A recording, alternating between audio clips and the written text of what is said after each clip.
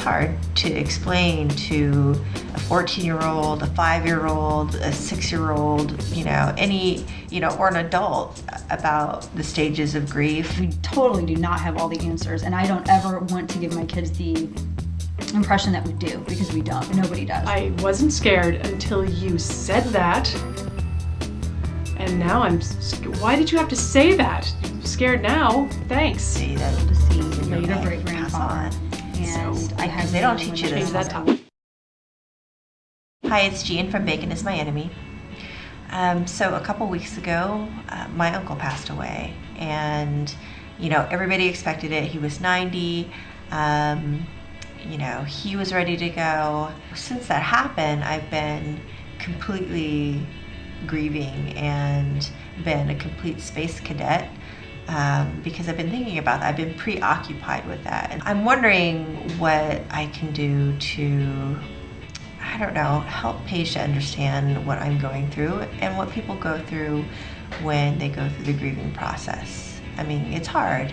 It's hard to explain to a 14-year-old, a 5-year-old, a 6-year-old, or an adult about the stages of grief and what they look like, because they look like different things to different people. Giyen, my condolences to you on the passing of your uncle. Grief is such a difficult thing to deal with, and I think it becomes exponentially harder when you're a parent and you are trying to process everything yourself, plus be a source of support for all of your other family members, as well as explain what's going on to your kids and guide them through the process. It's really tough. Last Monday, our family lost a close member, or a close friend, and in the past couple of years, I've lost a lot of family members, and it's rough because every single family member that I've lost because of cancer, and we've watched a lot of the people that we love, they had a really rough way to go out, and that's really difficult when you try to explain that to your kids as well.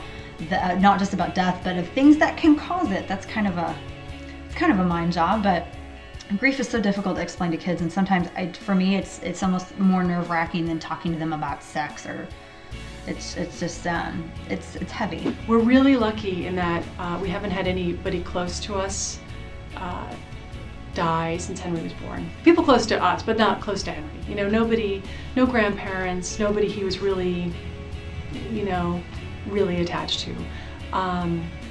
We've had it come up, I've had a great aunt die and a couple of friends of the family, and we've talked that through, and he's really, really curious about death, and he asks lots of questions, and it's such a hard topic, it's just so hard because it just obviously brings up the question of well, when am I gonna die? When are you gonna die? It's really hard to conceptualize to a kid that, when you're grieving, you just keep grieving. I mean, you don't wake up one day and you say to yourself, well, the grieving's over. I mean, you just, each day it just hurts a little bit less. The grieving process is long and complicated, and I think it's valuable for your children to see you going through it and to know that there aren't any prescribed amounts of time, that you might feel better one day and then worse the next. We approach explaining death and grief and all of that from a Christian perspective. We're a Christian family. That's what we believe, and that's how we approach it when we explain it to our kids. That doesn't mean that we have all the answers. We totally do not have all the answers, and I don't ever want to give my kids the impression that we do, because we don't. Nobody does. But we are very straightforward and very honest with them about death and about stuff leading up to death and all of that. My ultimate goal in all of it is to make sure that they understand what's happening, and also to make sure that they're not afraid. I don't want them to be scared. As a single mom, Paige is all I have, and I'm all she has. And that when you see, a lot of families with partnerships, husband and wife, or mom and mom, or whatever, they always have somebody else to rely on. And so when one parent has a breakdown, there's always the other one to kind of keep things moving along. And I don't have that option. Even though my immediate family is not Buddhist or Christians, the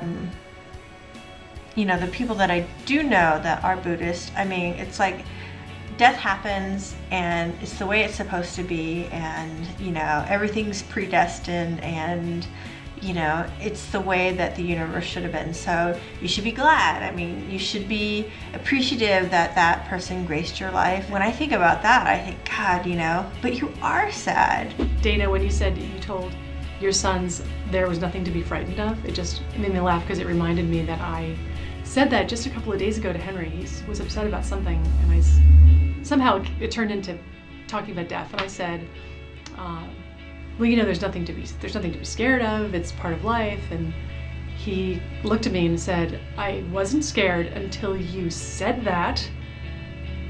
And now why did you have to say that? You're scared now. Thanks, lady. I definitely am a proponent of being factual, and telling her how I feel.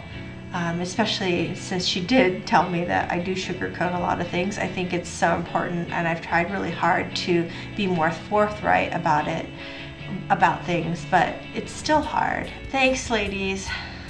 I'm gonna feel better. I know I will, eventually.